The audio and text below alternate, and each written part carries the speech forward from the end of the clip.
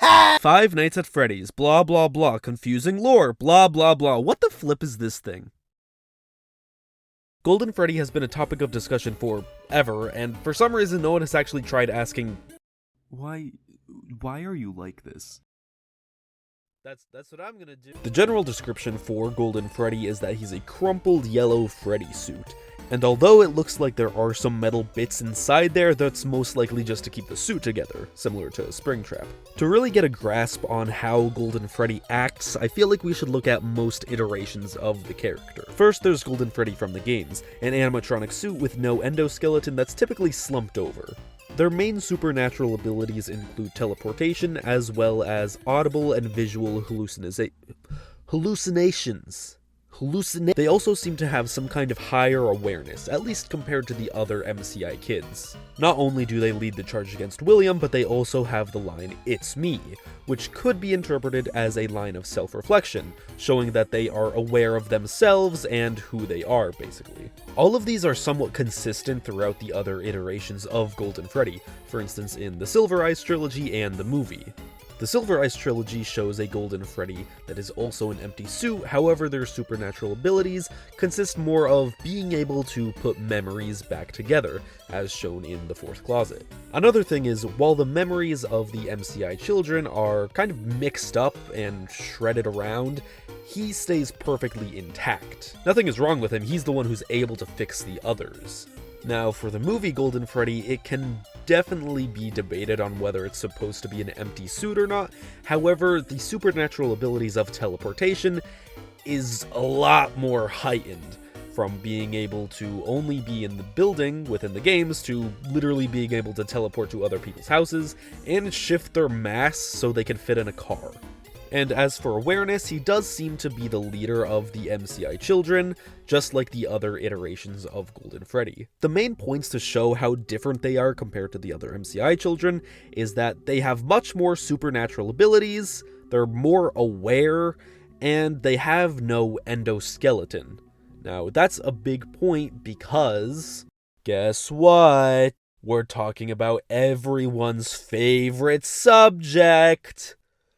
Remnant! If you don't know what Remnant is, it's literally just what it sounds like. It's the spirit and their energy that's left behind after the spirit leaves. It's of course more complicated than that, but I would just think of it more like you have a cup of water, you put a paper towel inside, and then that moisture gets absorbed by that paper towel.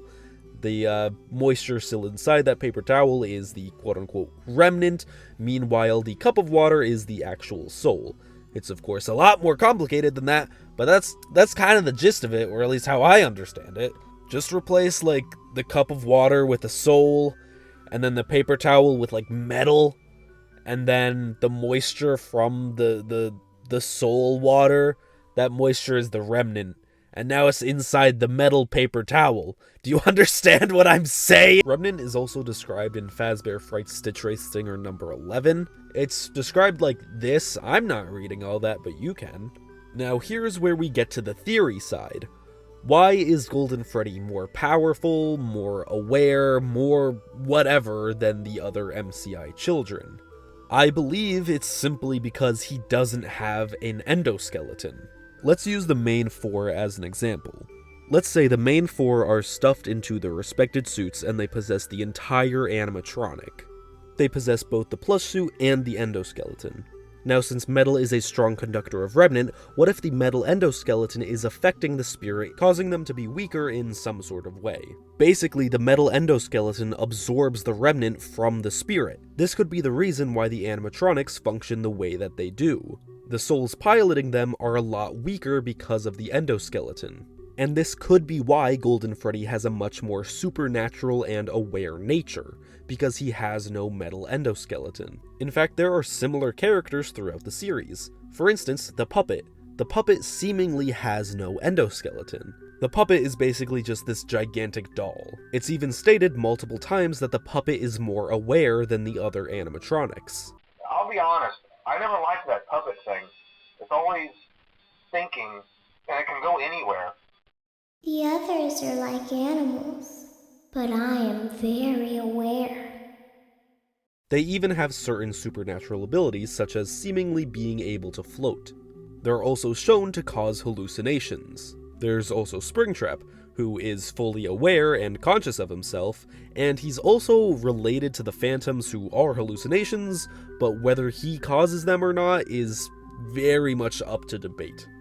Also, it should be noted that it's debated on whether or not Springtrap is 100% dead, because he is technically still somewhat alive in the Man in Room 1280, but I don't know, that's a whole other thing to unpack, so just whatever. I was also going to use Circus Baby as potential evidence, considering, Golden Freddy would be only a suit, meanwhile Circus Baby is only metal. However, those are slightly different, and I don't exactly know how it works. I do know that Circus Baby has her own consciousness, basically her programming, and Elizabeth has her own consciousness, and their memories kind of fade into each other by the time they're Scrap Baby. Like, Scrap Baby is kind of a combination of both Circus Baby and Elizabeth's consciousness kind of mixed into one, so maybe her being fully metal kind of has something to do with that. Anyways though, the gist of the theory is that Golden Freddy is more powerful than the other animatronics, because the other animatronics have metal exoskeletons, causing their souls to be somewhat tethered down, but since Golden Freddy doesn't have an endoskeleton, that doesn't happen and he's just a lot more powerful. That's the basic gist of the theory.